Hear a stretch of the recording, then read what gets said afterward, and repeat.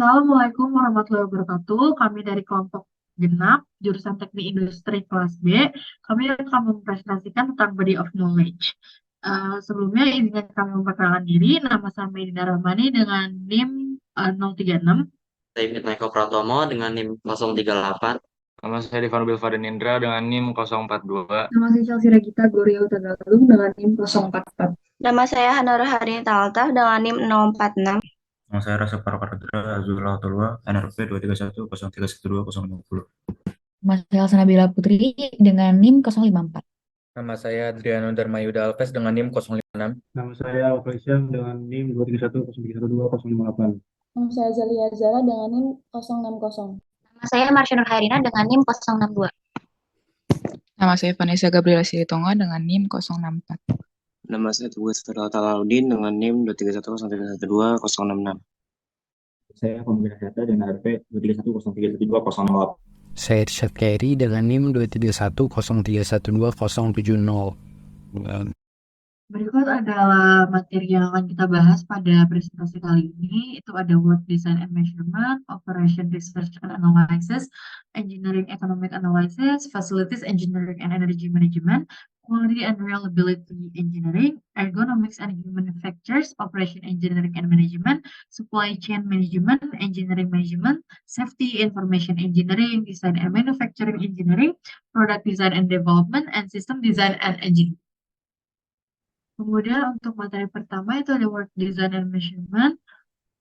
Jadi pengukuran kerja adalah suatu aktivitas untuk menentukan waktu yang dibutuhkan oleh seorang operator dalam melaksanakan kegiatan kerja pada kondisi dan tempo kerja yang normal. Pengukuran kerja adalah pengukuran waktu standar atau waktu baku. Sedangkan design of work merupakan proses penyusunan pekerjaan dan penentuan aktivitas-aktivitas kerja spesifik bagi individu atau kelompok untuk mencapai tujuan organisasional. Dan pengukuran waktu ini dibagi menjadi dua, yaitu pengukuran secara langsung dan pengukuran secara tidak langsung. Kemudian, Design and Measurement ini memiliki tujuan. Yang pertama, perbaikan proses, prosedur, dan tata cara pelaksanaan dan penyelesaian pekerjaan. Yang kedua, perbaikan dan penghematan, penggunaan material, mesin, fasilitas, dan tenaga kerja manusia. Yang ketiga, mengoptimalkan upaya manusia dan mengurangi keletihan yang tidak perlu. Yang keempat, membuat tempat kerja yang memiliki suasana aman dan nyaman. Kesimpulannya, terlepas dari kemajuan teknologi komputer dan operasi, manusia masih merupakan jantung dari sebuah bisnis. Jadi, penting bagi manajemen untuk menjadikan desain sistem dan pengukuran kerja sebagai elemen kunci dari strategi operasi. Oke, berikutnya ada Operation Research and Analysis. Pengertiannya adalah set operasi merupakan ilmu terapan yang berkaitan dengan masalah keputusan kuantitatif yang umumnya melibatkan alokasi dan pengendalian sumber daya yang terbatas. Operation Research Analysis ini memiliki kasus terapan yaitu penjadwalan dan manajemen waktu, perencanaan kota dan pertanian, Enterprise Resource Planning atau ERP, atau Supply Chain Management atau SCM, optimalisasi dan rekayasa jaringan atau network, optimasi perutan paket, dan manajemen resiko. Oke, berikutnya ada manfaat, yaitu memberikan analisis yang lebih rinci. Dua, membantu mengurangi ketidakpastian. Dan yang ketiga, mendukung peningkatan produktivitas. Selanjutnya adalah Engineering Economic Analysis atau analisis ekonomi teknik. Jadi Engineering Economic Analysis merupakan metode sistematis untuk mengevaluasi proyek, investasi, atau keputusan dalam konteks rekayasa dan teknik berdasarkan pertimbangan ekonomi. Tujuannya adalah untuk menyediakan kerangka kerja untuk mengevaluasi nilai ekonomi dari berbagai alternatif, membantu dalam pengambilan keputusan, dan merencanakan penggunaan sumber daya dengan efisien. Tahapan analisis ekonomi teknik atau engineering economic analysis adalah melibatkan definisi masalah, pengumpulan informasi, identifikasi alternatif, evaluasi, penentuan alternatif terbaik, penerapan hasil, dan pemantauan. Nah, beberapa hal yang dipelajari dalam engineering economic analysis ini adalah ekonomi teknik, ketidakpastian, bunga majemuk, depresiasi, anuitas, akuntansi biaya, ekonomi mikro, uang, inflasi, suku bunga, next present value, internal rate of return, modal, diskonto, infrastruktur dan ekonomi teknik, dan penganggaran modal. Baik, selanjutnya ada Facilities Engineering and Energy Management.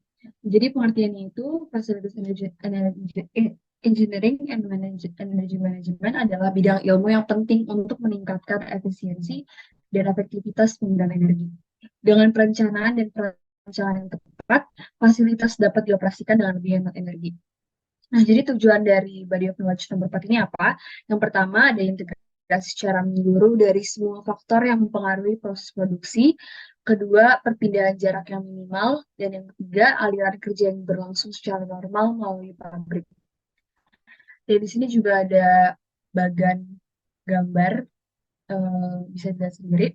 Nah, kemudian ada prinsip. Yang pertama, prinsip dari Body of Knowledge nomor 4 ini pertama memudahkan proses manufaktur, kedua meminimalkan perpindahan barang, ketiga fleksibilitas dalam melakukan proses produksi, keempat memelihara perputaran barang setengah jadi yang tinggi, kelima menurunkan cost of capital, keenam menghemat pemakaian ruangan, ketujuh memudahkan pengawasan, dan yang terakhir meningkatkan safety bagi produk maupun karyawan.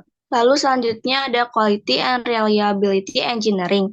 Quality and Reliability Engineering adalah bidang yang mencakup alat dan teknik yang diterapkan di industri manufaktur dan jasa untuk menghindari kesalahan atau cacat pada produk dan mencegah masalah saat memberikan solusi atau layanan kepada pelanggan. Ini adalah aspek teknis praktis yang berkaitan dengan memastikan bahwa sistem operasi atau peralatan bisnis dapat diandalkan. Berikut adalah bagian dari Quality and Reliability Engineering. Nah, tujuannya yaitu untuk meningkatkan kualitas dan keandalan produk, proses, ataupun sistem.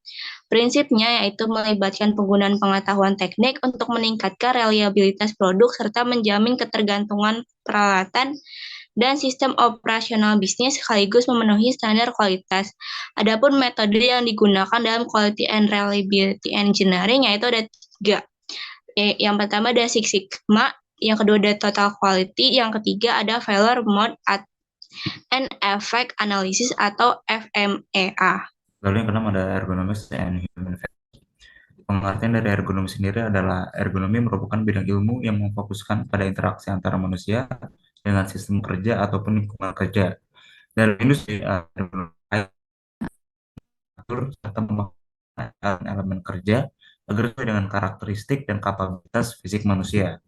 Untuk aplikasi dari ergonomi sendiri adalah ergonomi ini bertujuan untuk meningkatkan fungsi sistem kerja dengan memperbaiki interaksi pengguna dan mesin. Nah, ini dapat mencakup peningkatan produktivitas, keandalan, dan efisiensi secara keseluruhan. Dengan kesimpulan, ergonomi berfokus pada interaksi individu dengan mesin dan desain antarmuka di antara keduanya. Desain antarmuka yang baik mempengaruhi kemudahan dan keamanan penggunaan mesin seperti pegangan, setir, keyboard, dan mouse komputer. Lalu selanjutnya nomor 7 ada Operation Engineering and Management. Operation Engineering and Management merupakan tingkat manajemen yang paling penting dalam suatu organisasi. Lingkungan pasar yang kompetitif membutuhkan daya saing dan efisiensi bisnis.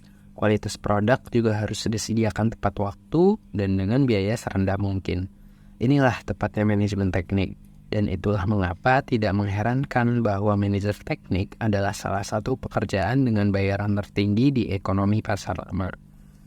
Teknik dan manajemen operasi memberikan pemahaman tentang teknik dan metode perencanaan, organisasi dan manajemen proses pengadaan, produksi, penjualan dan distribusi, serta penyediaan layanan, manajemen kualitas, proyek, sumber daya, peningkatan operasi, strategi operasi, dan inovasi. Pekerjaan yang meliputi keahlian di bidang Operation Engineering and Management adalah Production Planning and Management, Quality Control and Management, Quality Management System Design and Management, Resource Allocation Design, dan sebagainya. Lalu yang ke-8 ada Supply Chain Management. Manajemen rantai pasokan atau supply chain management atau SCM adalah pendekatan sistematis yang digunakan oleh perusahaan untuk merencanakan, mengkoordinasi, mengawasi, dan mengendalikan seluruh aliran barang, jasa, informasi, dan dana dari pemasukan awal hingga pelanggan akhir. Prosesnya ini ada perencanaan, pengadaan, produksi, pengelolaan gudang, pengiriman produk, dan pengambilan produk. Manfaatnya ada 1. Meningkatkan efisiensi dan efektivitas, 2. Menerapkan transparansi pada proses supply chain, yang ketiga mengurangi biaya operasional, yang keempat mengurangi risiko dan dalam supply chain, yang kelima memenuhi kebutuhan konsumen yang dinamis, yang keenam meningkatkan dan menjaga kepercayaan pelanggan. Sekarang masuk ke Engineering Management. Menurut Business Dictionary, engineering management diartikan sebagai bidang yang berkonsentrasi pada penerapan prinsip-prinsip teknik untuk pengelolaan, perencanaan, dan efisiensi operasi dari manufacturing atau industri. Bila kita deskripsikan mengapa ilmu manajemen semakin diperlukan, maka kita akan sampai kepada 4 hal yang membuat ilmu manajemen dibutuhkan bagi sarjana teknik, yaitu yang pertama lingkungan bisnis yang berubah begitu cepat, yang kedua persaingan bisnis menjadi semakin ketat, ketiga adanya keterbatasan sumber daya, keempat adanya kebutuhan untuk mencapai tujuan secara efektif dan efisien. Baik, selanjutnya ada safety engineering. Ya, safety engineering sendiri adalah disiplin rekayasa yang memastikan bahwa sistem kerja menyediakan keselamatan yang dapat diterima. Hal ini sangat terkait dengan rekayasa sistem, rekayasa industri, dan rangkaian rekayasa sistem keamanan. Rekayasa keselamatan memastikan bahwa sistem kritis kehidupan berfungsi sesuai yang dibutuhkan, bahkan ketika komponen mengalami kegagalan. Tujuannya itu, tujuan utama dari teknik keselamatan adalah mengatur risiko, mengeliminasi atau reduksinya hingga tingkat yang dapat diterima. Teknik keselamatan bertindak mengurangi frekuensi kegagalan dan memastikan bahwa ketika kegagalan terjadi, konsekuensinya tidak membahayakan jiwa.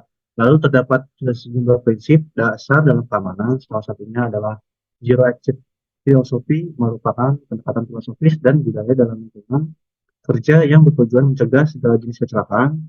Prinsipnya adalah bahwa tidak seharusnya ada orang yang terluka atau tewas dalam kecelakaan, dan semua kecelakaan bisa dicegah. Ini yang melibatkan komitmen manajemen, pas dari karyawan, pembelajaran dari kecelakaan, dan kesadaran terhadap risiko baru. Kemudian yang ke-11 ada information engineering. Nah, pengertian dari information engineering ini adalah sebuah disiplin ilmu yang fokus pada pengembangan dan pengelolaan sistem informasi dalam organisasi atau perusahaan. AI itu mencakup berbagai aspek termasuk analisis, perancangan, pengembangan, implementasi, dan pemeliharaan sistem informasi. Adapun tujuan dari information engineering adalah untuk membantu organisasi mencapai berbagai tujuan strategis dan operasional dengan cara yang efisien, efektif, dan aman dalam pengelolaan informasi. Kemudian dasar-dasar dari information engineering diantaranya ada data, informasi, dan pengetahuan. Yang kedua ada sistem informasi. Kemudian ada yang ketiga pemodelan data. Lalu komponen-komponen dari information engineering ini diantaranya yang pertama ada data, yang kedua ada teknologi, dan yang ketiga ada manusia. Kemudian metodologi pada information engineering ini diantaranya yang pertama ada system development methodology, yang kedua ada entity relationship methodology. Kemudian sistem informasi dari information engineering ini merupakan inti dari disiplin ini yang dirancang untuk mengumpulkan, memproses, menyimpan, dan mendistribusikan informasi dalam berbagai organisasi atau konteks. Selanjutnya ada Design and Manufacturing Engineering. Nah, Bloombridge mendefinisikan design engineering sebagai sebuah proses yang menetapkan dan mendefinisikan solusi terhadap struktur terkait untuk masalah yang belum terpecahkan sebelumnya atau solusi baru terhadap masalah yang sebelumnya telah diselesaikan dengan cara yang berbeda. Nah, engineering design ini berfokus pada fungsi, teknologi, dan inovasi di balik produk yang bersangkutan. Kemudian ada manufacturing engineering yang dapat didefinisikan sebagai disiplin ilmu di bidang teknik yang berhubungan dengan praktik manufaktur serta penelitian dan pengembangan sistem, proses, mesin, alat, dan perlengkapannya. Nah, ini ada contoh proses-proses manufaktur dalam kegiatan produksi. Yang pertama ada solidification based manufacturing process, yang kedua ada material removal process, yang ketiga ada forming based process, yang keempat ada particulate processing, kemudian ada joining process, kemudian ada additive manufacturing, kemudian ada biomedical manufacturing, dan yang terakhir ada micro and nanoscale manufacturing. Next. Kemudian yang 13 adalah Product Design and Development. Product Design and Development adalah serangkaian kegiatan yang dimulai dengan persepsi peluang pasar dan berakhir pada produksi, penjualan, dan pengiriman suatu produk.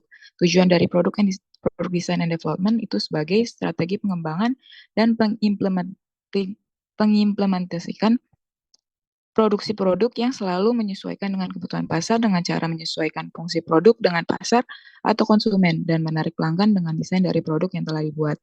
Ada beberapa alasan mengapa strategi pengembangan produk dan pendesainan perlu dilakukan, yaitu yang pertama perubahan selera konsumen, yang kedua keinginan menekan biaya atau efisiensi, yang ketiga keinginan untuk meningkatkan kualitas produk, yang keempat kemerosotan kinerja industri.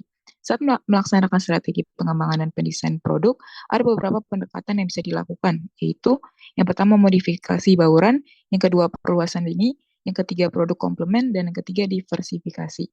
Berdasarkan buku Product Design and Development edisi 6, T. Ulrich dan Stephen D. Eppinger 2015, tahapan dalam pengembangan desain dan produk terdiri dari 6 langkah. Yang pertama planning, yang kedua concept development, yang ketiga system level design, yang keempat detail design, yang kelima testing and refinement, yang keenam produk remap. Ada 5 dimensi faktor untuk mendasari asesmen performa dari produk. Yang pertama kualitas produk, yang kedua biaya produk, yang ketiga waktu pengembangan, yang keempat biaya pengembangan, dan yang kelima kemampuan pengembangan. Baik, yang terakhir adalah System Design and Engineering. Henry Petroski, seorang insinyur dan penulis terkenal, berkata, ilmu pengetahuan atau sains adalah tentang mengetahui, teknik adalah tentang melakukan. Insinyur menggabungkan sains, matematika, teknologi, dan kreativitas untuk menciptakan solusi terhadap masalah dan mengembangkan produk. Langkah-langkah proses desain teknik atau sistem desain engineering adalah, yang pertama adalah mendefinisikan masalah, meneliti masalah, menentukan persyaratan, bertukar pikiran solusi, memilih solusi terbaik, mengembangkan dan merancang, membangun prototipe, uji dan desain ulang, mengkomunikasikan temuan. Baik, terima kasih teman-teman semua. Sekian presentasi dari kami kelompok genap teknik industri B. Kurang lebihnya mohon maaf. Terima kasih.